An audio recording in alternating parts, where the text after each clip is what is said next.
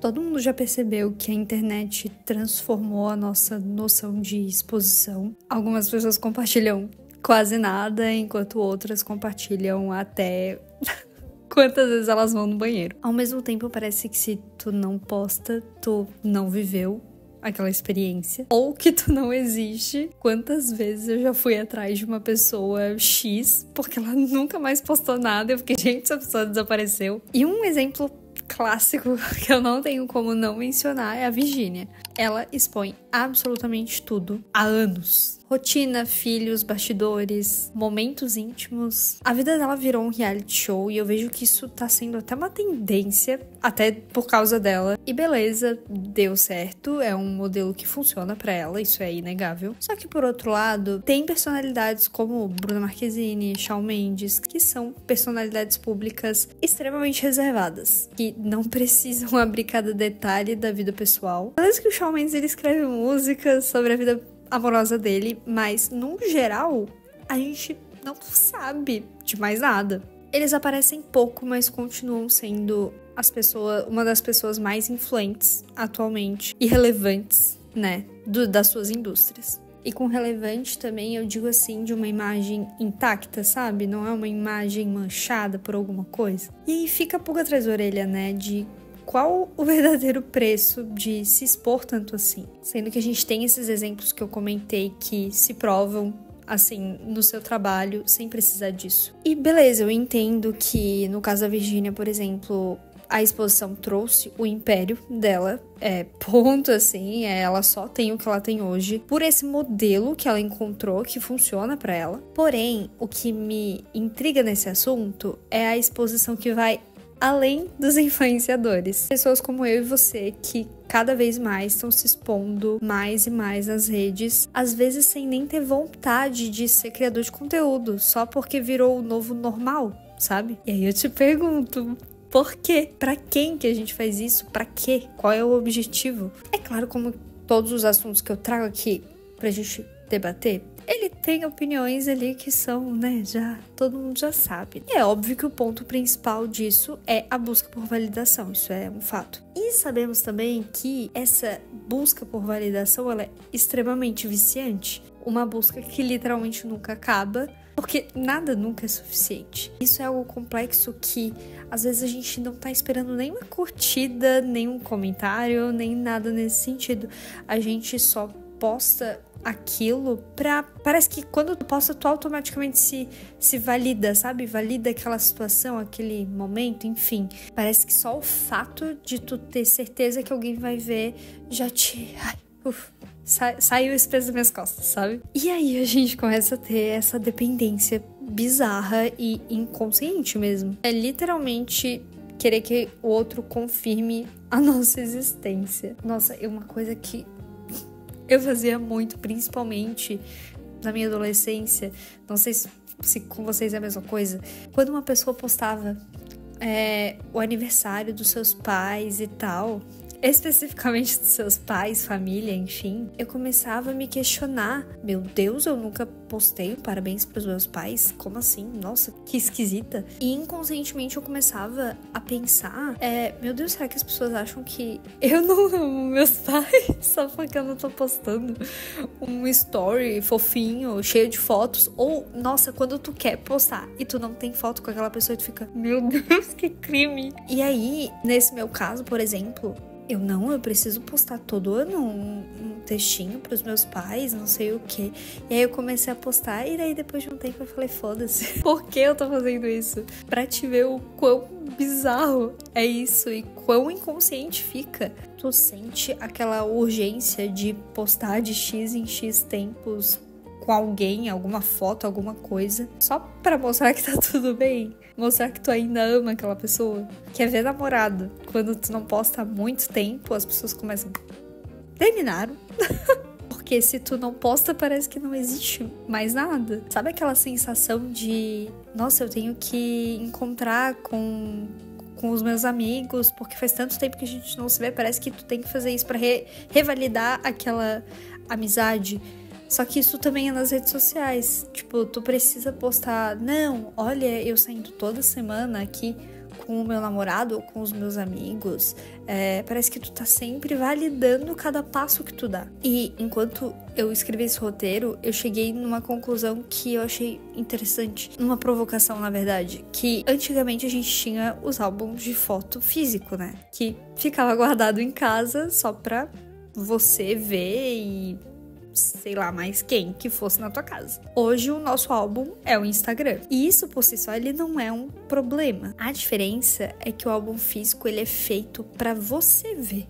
É pra você parar, olhar e pensar, nossa, que saudade dessa fase, desse momento. Enfim, é pra ti. Agora o álbum do Instagram, ele é tudo menos pra gente, ele é só pros outros. E aí nasce aquela sensação de que se eu não postei, eu não vivi. Mas mais do que isso, a gente começa a lembrar muito mais da experiência de... Não sei se isso é um fato, tá? Deixa aí nos comentários se tu se identifica com isso. Mas tu começa a lembrar mais do entorno de tirar a foto daquele momento e de como que tu queria mostrar aquilo, aquele cenário, aquela coisa, enfim, do que a experiência em si. Então, por exemplo, eu lembro, quando eu penso no casamento de uma prima minha, por exemplo, eu lembro de estar puta com o Ângelo porque ele não tava conseguindo tirar uma foto bonita minha pra eu postar. Então, olha como se tornou uma coisa, sei lá. E tem outro ponto que é óbvio, mas que me inquieta sobre isso, é que a gente posta só uma fração, né? A melhor fração daquele momento. Então ninguém se expõe realmente como é. Nem a Virgínia, tá?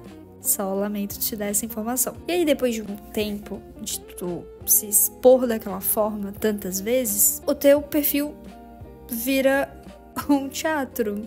Qualquer coisa, menos a tua vida real. Tu começa a ir em lugares só pra postar que tu esteve lá. Convida pessoas só pra não ficar estranho tu postar uma foto e não ter aquela pessoa X. Ou ficar num relacionamento só pra não parecer sozinha, largada, enfim.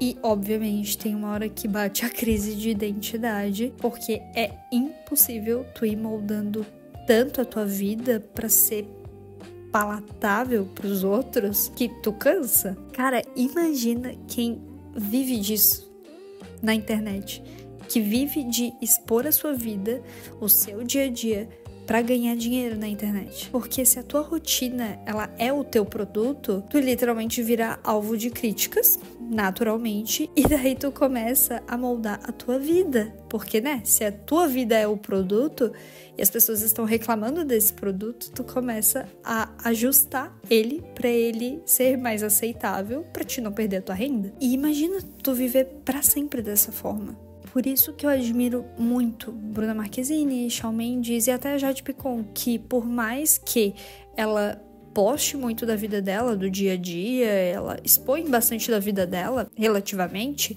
não é num nível Virgínia, sabe? E é até estratégico, assim, ela mostra de forma pontual, assim, e geralmente envolve trabalho, algo nesse sentido. Mas ela não deixa de ser reservada, sabe?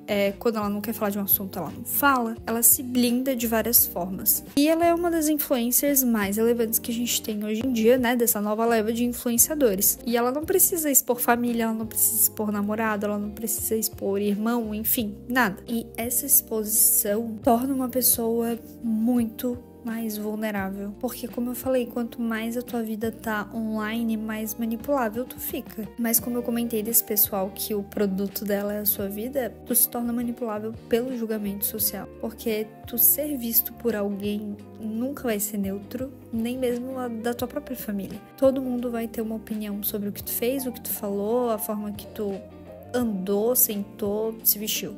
Dependendo de quem consome aquilo, tu pode até ser colocado numa posição de poder ou de extrema fragilidade. Às vezes, só o fato de alguém saber demais sobre você já muda a forma como essa pessoa se relaciona contigo. Eu não concordo, tá? Muito bem, 100% com essa visão de que você entregar absolutamente tudo sobre você na mão do outro, não vai ter mais nada pra a pessoa descobrir. Sabe? Então, aquela parada do mistério, não, você tem que ser misterioso. Eu não concordo 100% com isso, não, tá? Mas, até certo ponto, ela faz um pouquinho de sentido. A ausência gera curiosidade. Isso é um fato. Eu morro de curiosidade de saber como que é a vida do Shawn Mendes no dia a dia da Bruna Marquezine, entendeu? Não é completamente natural que isso aconteça. Olha a geração Z, por exemplo. Muitos hoje preferem ficar no offline. Tá todo mundo migrando agora pra vamos ficar offline. O offline é o novo cool. Mas até esse ficar offline, ele parece que cronometrado, ele é estratégico. É tipo quando tu dá um gelo em alguém só pra dizer que tu tá no controle. Fala assim, eu nem gosto tanto assim de ti, sabe? É literalmente a mesma coisa, só que tu dizer se eu não tô postando é porque eu tenho um super autocontrole com redes sociais. E hoje a gente tá nesse movimento de todo mundo expor que não tem esse controle com redes sociais, né? De que as redes sociais engolem o nosso cérebro. Até o silêncio nessas horas é forma de comunicação. Isso é muito louco. Mas no final das contas, a exposição retorna em quê? Se é só validação pela validação, tá, ela nunca vai ser suficiente. E se tu não ganha dinheiro com isso, tu não tem uma carreira, enfim, será que vale a pena tu ser tão vulnerável, tu falar tanto assim de detalhes minuciosos da tua vida por nada? Só pra ter a aprovação das pessoas? O que isso te retorna de prático? E também, né, será que construir uma carreira pautada nisso é o caminho mais sólido, estável pra se seguir? Eu acho que a liberdade mesmo não é algo que tu faz ou deixa de fazer, mas sim a dúvida, questionar o que tu faz. Por que tu faz? Porque eu percebi que só depois que eu comecei a fazer isso, eu comecei a parar de fazer várias coisas que antes eu tentava parar, mas muito mais pra seguir uma modinha, muito mais pra seguir ali um fluxo, sei lá, pra ser aceitável, né? Do que de fato algo que eu sentia que eu não precisava fazer, sabe? Como as redes sociais, por exemplo. Eu era essa pessoa que postava demais, postava absolutamente tudo. Claro, eu tava tentando uma vida na internet e hoje eu tô sei lá quanto tempo sem postar pra mostrar que eu tenho autocontrole? Não, justamente porque chegou num ponto que eu comecei a me questionar e tava nossa assim, ó, porque eu também trabalhava com isso, né? Trabalho ainda com redes sociais, enfim, então eu tava nessa onda de eu tava produzindo tanto pra outras empresas que me saturou de um jeito aquilo que eu comecei a me questionar do porquê que eu tinha essa necessidade de ficar postando. Chegou um ponto que eu só parei. Eu nem pensei, vou parar. Não, só foi natural. Então, se tu quer ter liberdade de verdade, não é julgando as outras pessoas que tu vai ter essa liberdade. Não é apontando o dedo, não é seguindo uma modinha. É realmente parando pra pensar sobre isso, é conversar com outras pessoas, entender por que tem certas coisas que tu faz, sei lá, nas redes sociais que te fazem mal, saber identificar, sabe? Então é isso, acho que liberdade ela nunca vai vir num formato de um stories. Se esse vídeo fez sentido pra você de alguma forma, deixa o like, compartilha com alguém que pode curtir ele também e se inscreve no canal. Te vejo no próximo vídeo. Tchau!